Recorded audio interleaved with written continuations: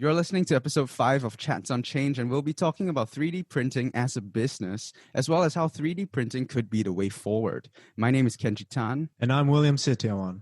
We're two buddies who started this podcast to start a conversation on bringing about change, both as individuals and together as a community. My friend, I've always known that you're interested in physics and engineering, so what's your take on 3D printing? How would you describe 3D printing in simple terms to someone not familiar like me? So as far as I understand it, 3D printing is a relatively new and innovative approach to constructing objects with complicated shapes. Take, for example, the shape of a honeycomb, the hexagonal shape inside a beehive. To start off, how would you make something like that? You could try bending metal and welding them together, or trying to hollow out a piece into a hexagon, but both are time-consuming, wasteful, and not very efficient. Now with 3D printing, you could just build the walls of whatever shape you need directly. So the way modern people do it is you squeeze out melted plastic through a small tube into small lines or strings, and then you form layers on top of these lines that will combine and solidify into a solid object. So imagine the floors of a multi-story building and how they all stack together to form the building. Except this time, you can make the building go left, right, in circles, etc. That's 3D printing. Wow, it's a lot of some type of architecture and design going in there, right? Well, if you're as keen about 3D printing as my friend is, we have good news for you, because in this episode, we have with us the founder of the Imperial Factory, a Singaporean 3D printing business, to share more about the industry and how a 3D printing business works. We're actually particularly excited for this space as the possibilities are endless. But what does it take to make 3D printing work? Anyway, time to find out. Joining us on the line is Wilson Cai, founder of the Imperial Factory. Hello and welcome to the show. Hey, hello there, guys. Thank you for having me. Thank you for joining us. Anyways, to jump right in, let's start with the name of your business. You've called it the Imperial Factory because of inspiration from Star Wars, and even your logo has an Imperial emblem. So what's the full story behind it? Well, it all started with me as an individual, liking to build props, and of course one replica of this universe from Star Wars, these props and items from Star Wars. So, I started out with papercura. Papercura is actually origami style, hand-folded prop or so. Yeah, so started out from there, then moved on to casting. So I learned a few tricks from there. Then, I kind of wander into 3D printing. So it is then where I start to understand that, hey, with 3D printing, you can actually do so much more. You can create stuff that wasn't available in the market. Really allows me to obtain and, of course, hold some physical prop in hand, which reduces all of the mess, reduces all of the inaccuracy that you do, because 3D printing is basically creation from a 3D space in the computer. So you actually get a lot more accurate forms and shapes. Is that difficult, thinking about when you go onto a computer and you have to make the models for your 3D printing objects? Is that quite difficult to map out, or is more than just taking a good photo, right? Well, I would say yes, it's definitely more than just taking good photos. You need a capable team, a capable group of individuals who are actually really fast in 3D modeling. So in the current industry, you can actually obtain models from places such as Thingiverse, such as Cult 3D, as well as a couple of 3D freelancer platforms. Some of them are free, mostly artists out of hobby, they actually post it out for the world to use. But if you really want intricate, well-detailed items, you actually have to buy it through some of these websites where freelancer and artists post their stuff on. But if you really want to go down to customization, then you really have to hire or engage 3D modeler. Or if you yourself is a 3D modeler, you actually will be able to do just that. You just named a few 3D artists and companies, if I may say so. Is there a lot of competition in this industry? Like in Singapore, is there a lot of 3D printing services out there? The few names that I named out, it's actually a 3D modeling website and companies, but they don't really do 3D printing. So they actually offer models for people to print or to use in situations such as in a game or in an animation such as that. If you're talking about if there is competitors in Singapore, yes, I believe there is actually quite a few locally, but mostly are all handling in traditional 3D printing. So traditional 3D printing was what Owen explained earlier on. It's known as FDM printing. So it's layer by layer plastic build up. So you create a model. But in current modern times, you actually have something called SLA printing. So SLA is actually resin printing, but instead of using melted plastic, it used resin solidifying via UV light. So you really get really smooth models compared to the usual FDM where you have a lot of print lines, which is a hassle to clean up thereafter. So if you're talking about competition for SLA, I guess it's rather competitive globally, but locally, we don't really have a lot of, such competitors around.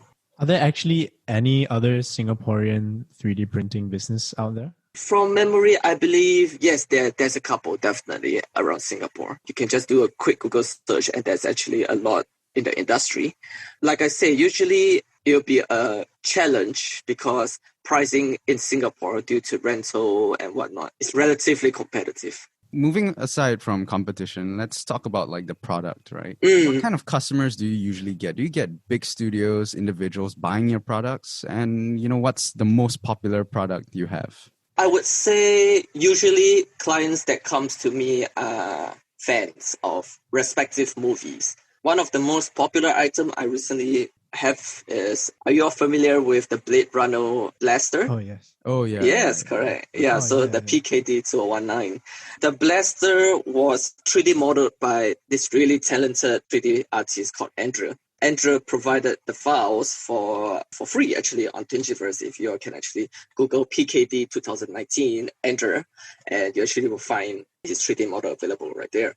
So a couple of my friends asked me to actually print it up for them. And thereafter, it takes the internet by storm because of the construction of how Andrew modeled everything. It really works very well with SLA printing compared to FDM printing due to all the intricate details on the gun, especially serial number and logos. It actually replicate really well if you go through resin printing. That's something really hot right now. Was there actually, before this whole 3D printing innovation came out, what was we're talking about 1980s, for example.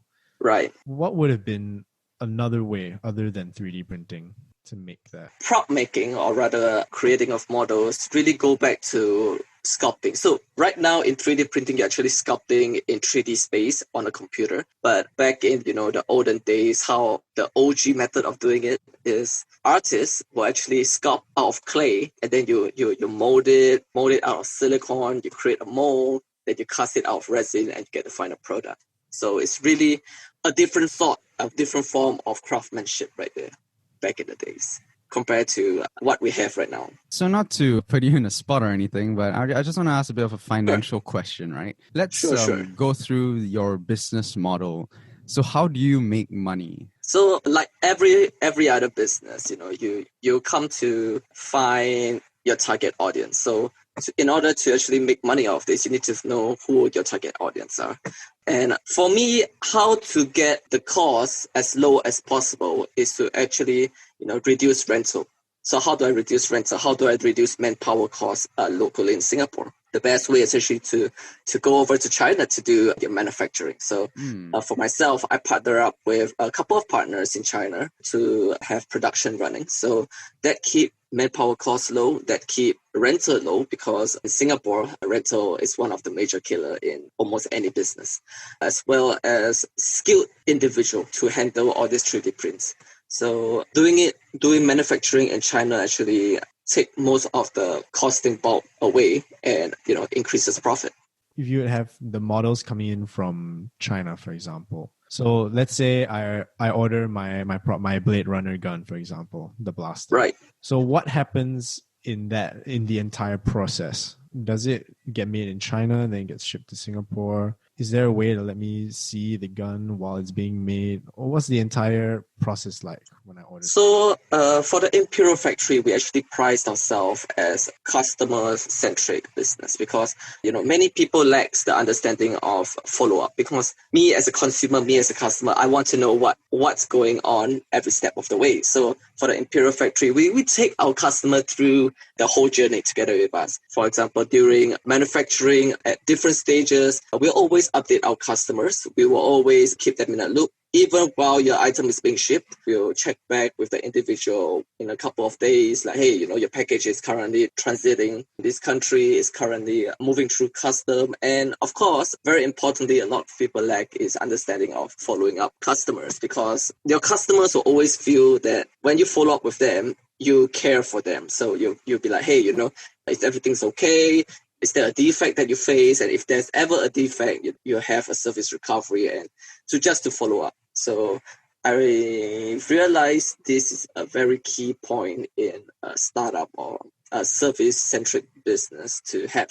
So in terms of updating your customers, do you guys have refunds or anything like that? Is it possible to refund in a 3D printing business? You just reprint something for them? Right. So every customers have a terms and conditions to understand that 3D printing is a custom work. So doing a refund, if it's the fault of the manufacturer ourselves, then yes, we'll actually do a replacement for them, because there's always the cost of creating the model as well as paying the worker to actually do the post-processing work. So unless it's the fault of the factory itself, yes, we will compensate for that.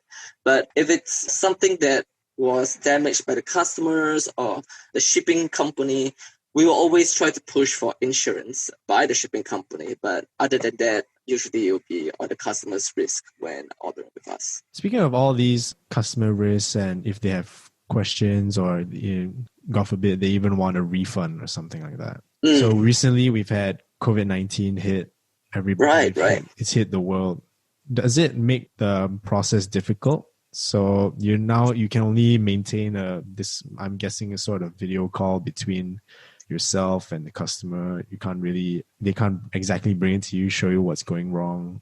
So surprisingly, from the start, Imperial Factory was always a so-called online business. So COVID-19 has actually proved that online business is a thing right now. Dealing with customers has always been through messenger chat, through email. So it's more or less a two-way communication through messaging and posting of photos and videos, etc., etc. So not really affected by COVID-19, but I would say COVID-19 have really brought a boost to the business. People have more time to build props. People have more time to invest in all these little things that make them happy. Wow, it's actually quite hard to find someone who says that COVID-19 has not affected them. And actually, you know what? That's great. That's great that there's a boost in the business. Talking about that, Lego recently committed to a plan in eliminating plastic usage from its bricks, using more sustainable materials and being more eco-friendly.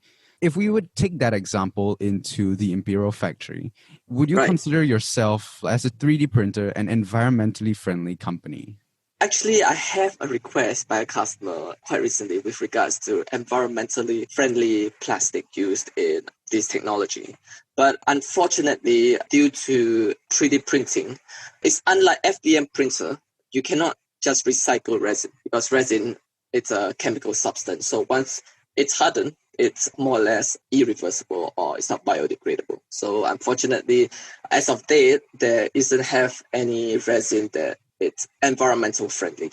But I would say if you can't recycle it, you can always reuse it. So that's another way to take care of the environment. That is true. That is true. Recently, on the topic of printing, you've actually 3D printed your own face onto a figurine. So I guess my question is going to be like, how customizable is 3D printing from your own imagination, for example? Do you have full flexibility when it comes to designing, or are there like some restraints in terms of creativity? Because we've mentioned a lot about the technology, like the new and old way of 3D printing, but how about when you want to design something from scratch? So with that in mind, I would say the possibility is endless, is unlimited right there. As long as you can model it on the computer, the printer can print it just as you see it on screen.